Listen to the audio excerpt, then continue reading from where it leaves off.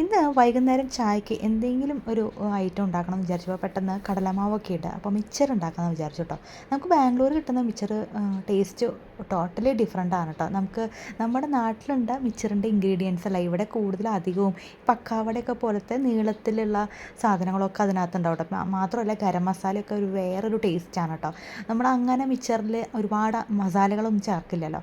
അപ്പോൾ നമുക്ക് നമ്മുടെ കയ്യിലുള്ള ഇൻഗ്രീഡിയൻസ് വെച്ചിട്ട് ഞാനൊരു മിച്ചർ ഉണ്ടാക്കാം. അപ്പോൾ ഞാനിത് എണ്ണ ഒഴിച്ച് കൊടുത്തിട്ടുണ്ടാവും, വെളിച്ചെണ്ണയോ ഓയിലോ ഏതോ എടുക്കാം.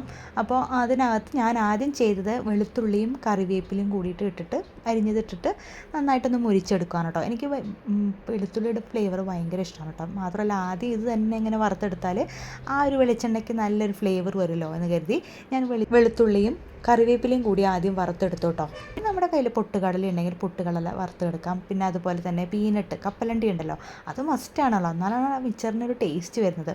പിന്നെ വറ്റൽമുളക് ഉണ്ടെങ്കിൽ വറ്റൽമുളക് വറുത്തെടുക്കാം. പിന്നെ മാത്രമല്ല അതിനകത്ത് വേറെ എന്തെങ്കിലും ഈ നീളത്തിലുള്ളതും പിന്നെ ഉരുണ്ടിട്ട് സേവിൻ്റെ തന്നെ ബൂന്തി തന്നെ ഈ മസാലയൊക്കെ ചേർത്തിട്ട് നമുക്ക് വറുത്തെടുക്കുമല്ലോ, അതൊക്കെ നമ്മുടെ ഇഷ്ടമാണ് കേട്ടോ. നമുക്ക് മിച്ചറിൽ എന്തൊക്കെ വേണം ഇൻഗ്രീഡിയൻസ് അതിനനുസരിച്ച് നമുക്ക് ഐറ്റംസ് ഇങ്ങനെ ഇട്ടിട്ട് ഓരോന്നായിട്ട് ഇങ്ങനെ വറുത്തെടുക്കാം കേട്ടോ. അപ്പം ഞാനിവിടെ ചേർത്ത് കൊടുത്ത് വെളുത്തുള്ളി കറിവേപ്പില അതുപോലെ തന്നെ കപ്പലണ്ടി എത്ര ഇട്ടാലും മിച്ചറിന് നല്ല ടേസ്റ്റാണ് കേട്ടോ. ഞാനിപ്പോൾ ഇവിടെ 1-2 സാധനങ്ങൾ മാത്രമേ ചേർത്തിട്ടുള്ളൂ ഇൻഗ്രീഡിയൻസ് ആയിട്ട്, അതായത് വെളുത്തുള്ളി കറിവേപ്പില അതുപോലെ കപ്പലണ്ടി.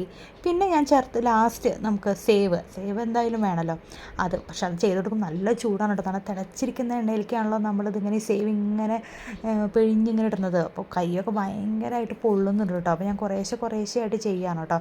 പണ്ടൊക്കെ 4 മണിക്ക് സ്കൂളോ കോളേജൊക്കെ വിട്ട് വരുമ്പോൾ എന്തെങ്കിലുമൊക്കെ നമുക്ക് കഴിക്കാൻ കിട്ടും ഇപ്പോൾ ചായക്ക്. അപ്പം ഇന്ന് എന്ന് പറയുമ്പോൾ നമുക്ക് എല്ലാവരും ഹെൽത്ത് കോൺഷ്യസ് ആയതുകൊണ്ട് ഇതൊക്കെ വീട്ടിലൊക്കെ ഉണ്ടാക്കുന്നത് വളരെ കുറവാണ്. ഞാൻ വളരെ കുറവാണ് കേട്ടോ ഉണ്ടാക്കുന്നത്. എൻ്റെ മോൾക്കാണെങ്കിൽ ഇത് കഴിച്ചിട്ട് ശീലമില്ല.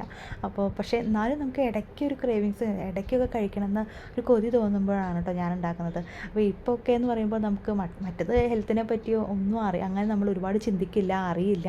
ഇപ്പം നമ്മൾ ഓരോ ഐറ്റം കഴിക്കുമ്പോഴും ഓരോ സാധനങ്ങൾ കഴിക്കുമ്പോഴും അയ്യോ ആവോ എന്നുള്ളതാണ് കേട്ടോ. പക്ഷേ നമ്മൾ എന്നാലും ഞാൻ അങ്ങനെ ഹെൽത്ത് കോൺഷ്യസ് ആണെങ്കിലും എനിക്ക് കഴിക്കാൻ ഇഷ്ടമുള്ളതൊക്കെ ഞാൻ ഉണ്ടാക്കിയിട്ട് കുറച്ചൊക്കെ കഴിക്കാറുണ്ട് കേട്ടോ. അങ്ങനെ നമ്മൾ ഒരുപാടൊക്കെ ഹെൽത്ത് നോക്കിയിട്ട് നമുക്ക് കഴിക്കാൻ ഇഷ്ടമുള്ള കാര്യങ്ങളൊന്നും ഞാൻ അകറ്റി നിർത്താറൊന്നുമില്ല കേട്ടോ.